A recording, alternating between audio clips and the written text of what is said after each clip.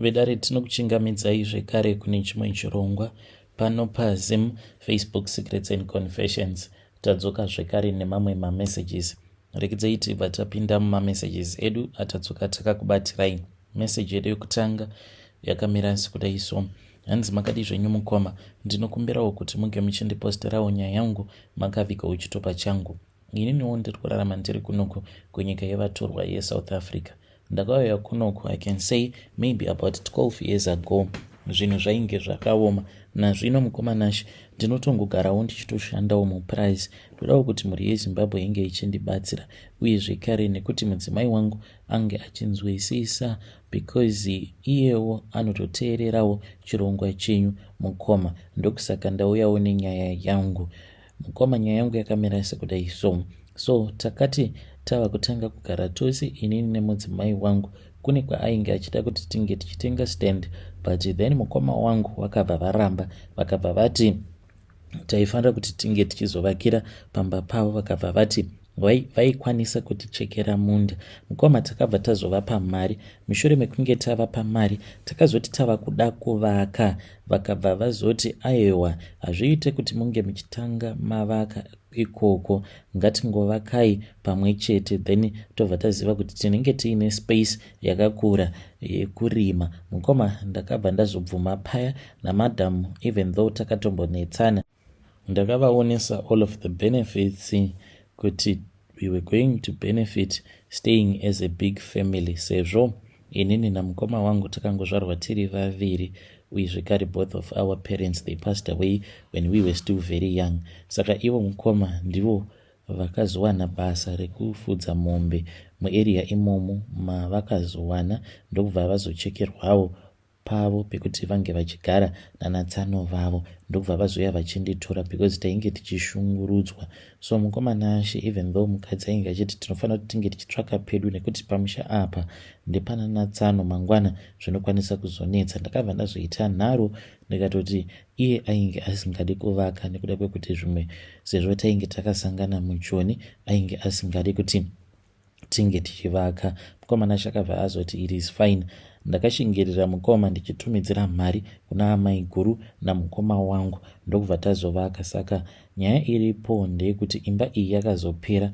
Mukoma, mapictures awo andakutumidzirai kana muri kukwanisa kumaona, kuti imba yakanaka mukoma Nashi yandakavaka. Now vanatsano vava kuti vari kuda stand yavo back, because ivo mukoma vari kunzi havana kupa vanatsano anything, even though vainge vakawirirana kuti vaifanira kuti vange vachizobhadharawo mari. Ndiyo nyaya iripo, but munongoziva kuti hakuna chinoitika muvillage chikasazozivikanwa nevamwe. Mukoma Nash, pane umwe wemuvillage mukadzi akazoudza madhamu vangu kuti imi muri kunyeperwa kuti stand iri kuda kutorwa nanatsano idhiri ravo ravakaronga, nekuti imba yamakavavakisira vava kuichiva. Saka ndokusaka vari kukunyeperai kuti vanatsano vari kuti vava kuda stand yavo back.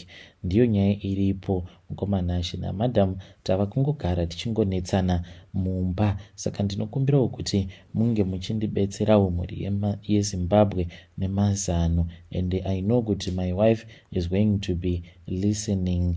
Kana mukaposta nyaya yangu ndiziviseiwo, ndichange ndichitevererawo mucomment section tozvifambisawo sei nhai mukoma, because kana iye mukadzi ava kutongondiramwira achiti imba yako yawakavakisira mukoma wako wega, dai wakagara wangondiudza kuti waida kuvakisira mukoma wako imba, ndingadai ndakaziva kuti ndo zvauri kuronga than kundinyepera ndichishanda ndichikubetsera ndichifungidzira kuti imba yedu yatiri kuzvivakisira izvo waivakisira mukoma wako naamai guru vako. Dzimwe nguva tikatombonetsana, anotomboti zvimwe kuda unodanana naamai guru vako, nekuti hakuna munhu angangoshinga kungovakisa zimba rakanaka kudaro. At the end zvobva zvanzi imba yava kutorwa, munozivana. Vedare ndo message iyo yandakatumidzirwa ichibva kuna mukoma vedu. Hanzi amai guru ivo vanoteererawo maconfessions awa. So let us try to speak with him as well as naamai guru kana vakateerera zvekare. Let us try to speak with her in the comment section. Zvakangooma hazvo vedu we. Hey, pakaipa.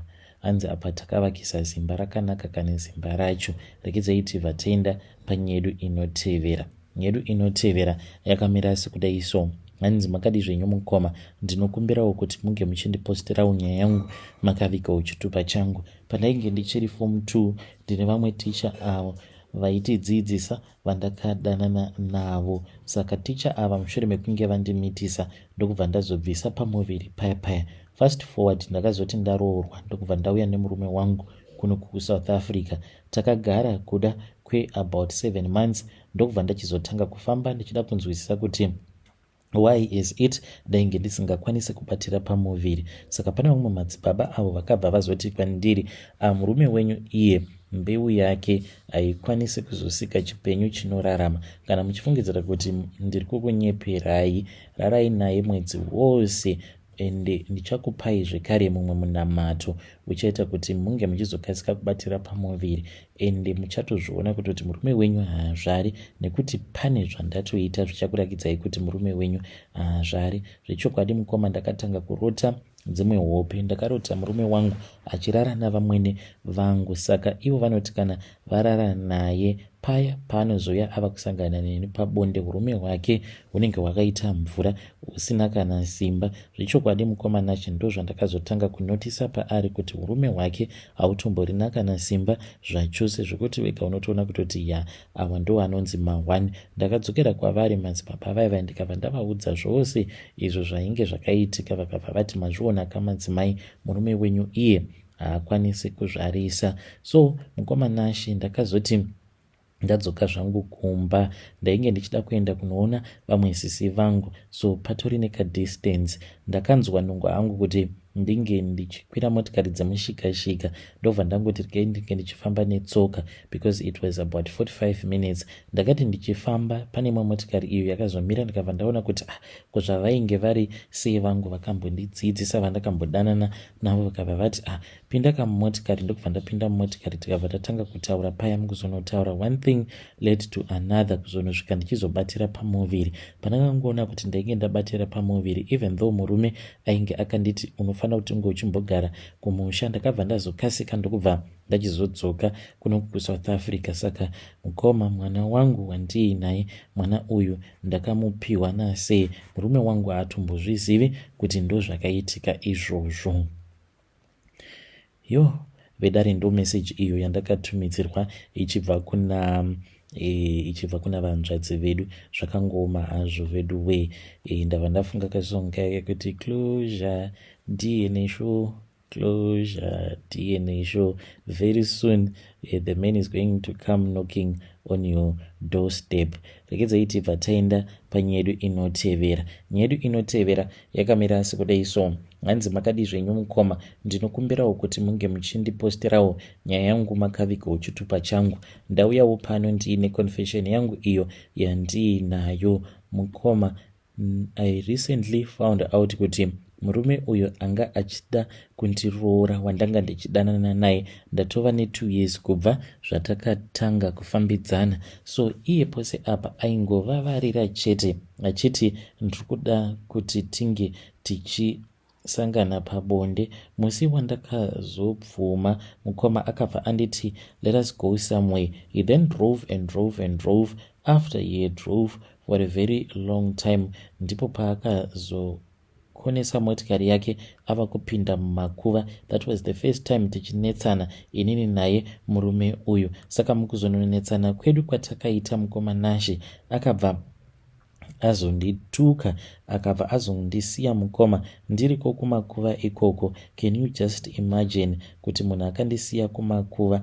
Anyway, ndakabva ndangozviudza kuti Mwari ndivo vanoziva. Ndakafamba ndichibva kumakuva ndikabva ndamubvunza kuti saka iwe unofungidzira kuti zviri normal here zvaungochida kuti tinge tichiita kuti tinoenda kunoita kunoita bonde kumakuva ndokubva ndatorerwa foni mukoma Nash iyo yandainge ndakatengerwa. Akazondipa hake foni yacho back, nanhasi ndiyo yandiri kushandisa, but chainge chamutsamwisa ndechekuti inini ndainge ndaramba kuita naye bonde for the first time kumakuva. So right now I have since discovered kuti murume uyu akaromba. Ndakatomboudzwa nevamwewo vandakangosangana navo mutauni, vamwe madzimai vakanditi ndaona muine chiga cherufu chiri kukutevererai, pane munhu wamuri kufambidzana naye, munhu uyu ndaona kuti akaromba. Mukoma Nash ndakangoti zvemazuva ano zvemaprofita emuno muZimbabwe vanenge vachida kungotsvaga mari nekurova vanhu mari.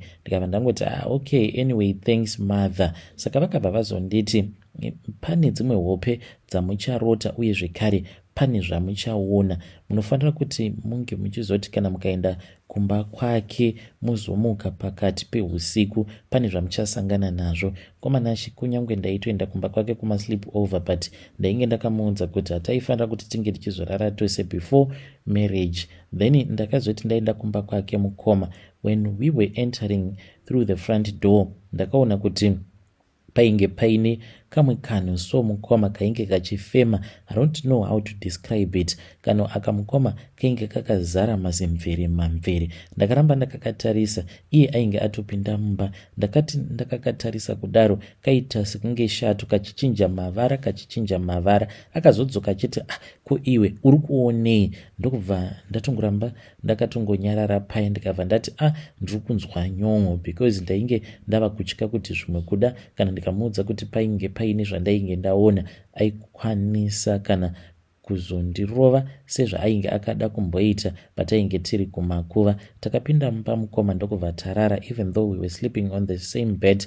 Hapana hedu zvatakaita. Pakati pausiku mukoma Nash ndainge ndakaseta alarm, but zvezvo kuti inongovibhreta. Ndakatorara ndakatobata foni mukoma ndokubva ndachizomuka paya. It was somewhere around 12:05 am. Then pandakamuka mukoma ndokubva ndaona kuti iye murume uyu, he was no longer there with me in bed.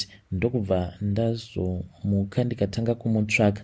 Ndakamutsvaka imba yose mukoma. Then pane chakangonditi dongorera kana kuti buda panze. Saka ndainge ndichitya because malights ose mukoma Nash ainge akadzimwa. Saka ndakabva ndazoenda mukitchen ndichingodongorera. Pandakazovhura curtain remukitchen ndo pandakabva ndazomuona mukoma. Murume uyu ainge akamira nekamwe kadhara kainge kari kapfupi. Vainge vachitaura but vachiratidza kuti vainge vasiri kuwirirana. Then kadhara kaya kakabva kachizoti watadza kuzadzikisa mhiko dzako haungambomurore usati warara naye.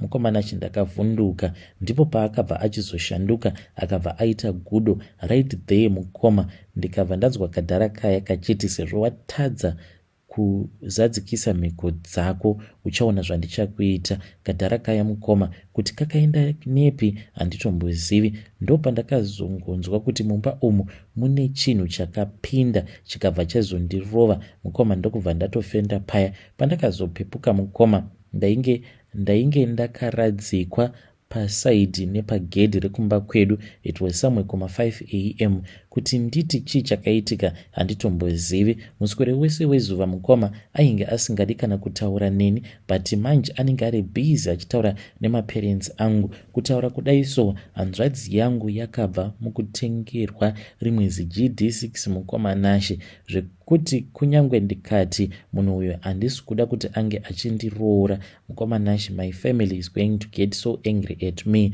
Izvezvi ndichitaura nemi hanzvadzi yangu iri kufamba GD6 no number plates, fresh brand new. Saka pakadaro handichazivi kuti ndoitawo sei. Please ndibetsereiwo. I was the first one to get married in the family. Vamwe vose vakangomitisiwa mukoma.